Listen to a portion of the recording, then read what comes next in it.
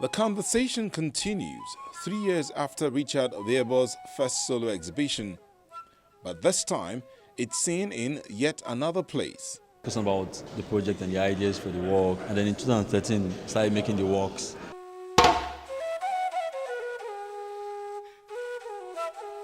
The rendezvous with his environment intensifies with the most unusual suspects: tires, old jam locks, mild steel, perspex sheets, composite boards, just to mention a few. As part of my practice, I like to tap into mundane materials, into objects, to use them as a way to create my narrative. I believe that in objects, objects tell stories, and in them you can find the relevant stories or the relevant information that you need, because they are, as for every space, used to create spaces.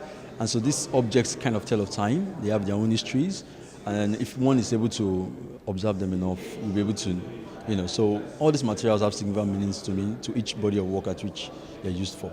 I think there's something that stands out, which is the artist's use of materials, which is the wheel in particular, the proliferation of materials. It's not enough for the artist to have the materials, in great numbers. It is the use, it is how you select the materials. That is where the creativity comes in.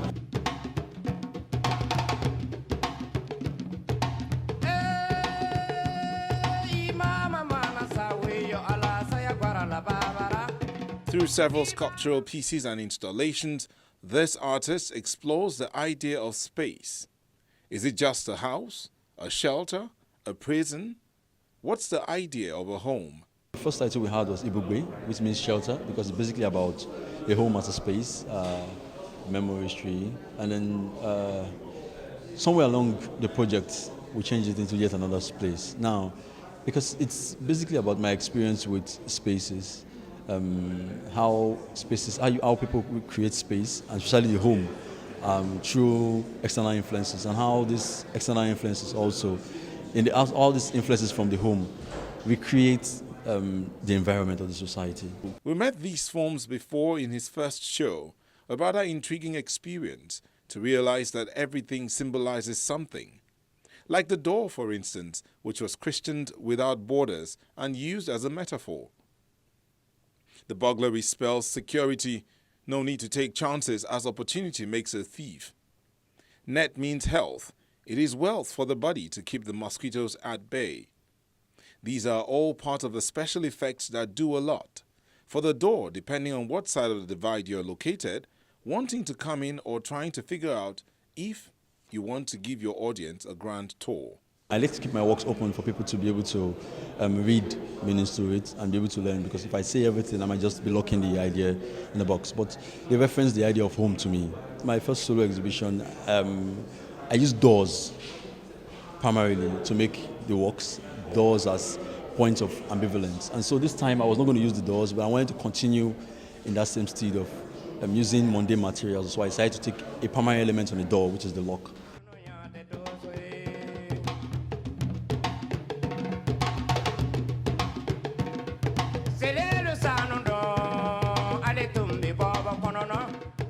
So it's basically my experience with how it is to construct a home and a space, using Shomolu, where I reside, as my case study. And then also I had moved to a new space. So I was also trying to document that transition from where I was before to where I am now.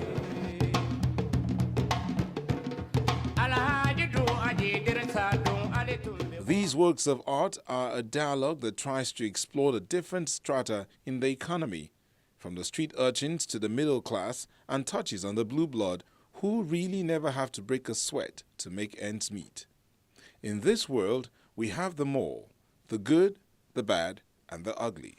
I was always taken to church by my dad, my parents, and at some point I joined the choir, and having to think about what it meant to be in the choir. One of my favorite times was when we were going to perform special numbers, and that work is titled Special Number. And I was a guitarist, so I played the guitars at that time. And so, and I think my position for the choir is the fact that the song is good because of the band and not because of you.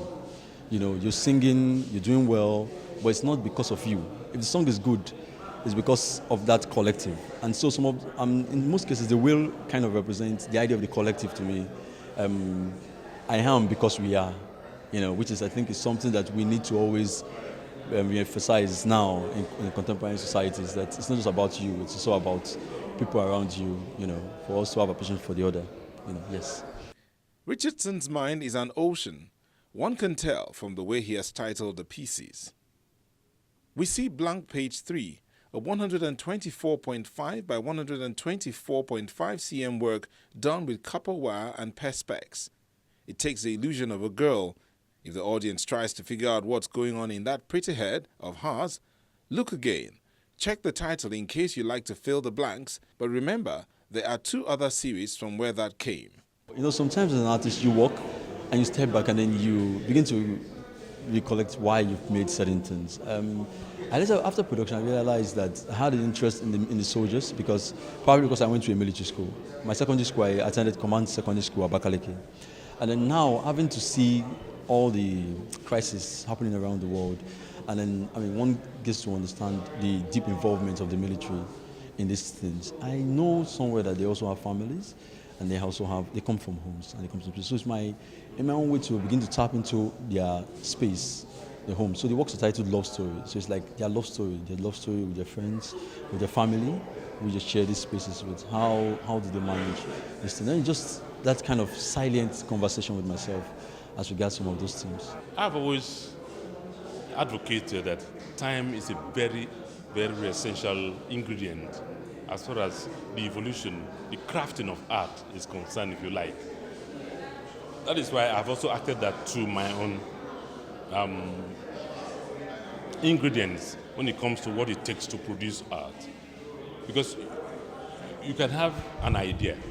You can have an idea, say this year, and you might not have, because what to do with the idea is very, very crucial. You might not know what to do with the idea, so to speak. So you take time to think of what to that's why when an artist walks alone, you dialogue with yourself. You're able to, it's different from workshops. In workshops, you know, you are able to talk. But when you're working with yourself, you are criticizing. You're at your most critical, if you like. You're talking to yourself, trying to say, no, I don't like this. I want this. So at the end of the day, a whole year, 1.5 years will pass, and you come up with a very brilliant idea. So time is I think it's worth it. There is no easy road to success, and this graduate of Yaba College of Technology is not afraid to try.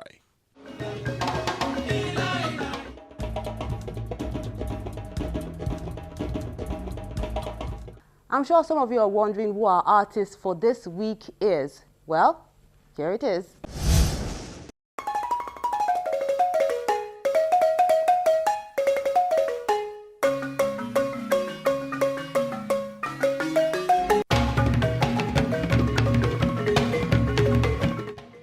Born in Bomundi in Bayelsa State, South Nigeria in 1921, Gabriel Okara had his early education at the Government College Umuahia, Abia State, and later at the Yaba College in Lagos. He studied journalism at Northwestern University in 1949. In most of his writing, he is always concerned with promoting and celebrating the African culture, which he feels is being eroded, as seen in his poem, Once Upon a Time. His most famous poems are Piano and Drums and You Laughed and Laughed and Laughed. Beyond poetry and fiction, Okara has also written plays and features for broadcasting, although many of his manuscripts were destroyed during the Nigerian Civil War. He won the Commonwealth Prize for Poetry.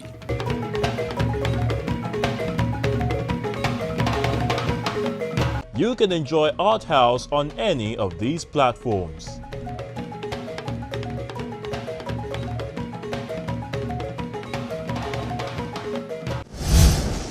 And that about wraps it up on this week's edition of the show. But as always, looking forward to hearing from you online, all our platforms. And you can also catch this edition or any other edition of Art House on YouTube as well. Thank you so much for watching. I'm Melinda Akinlami.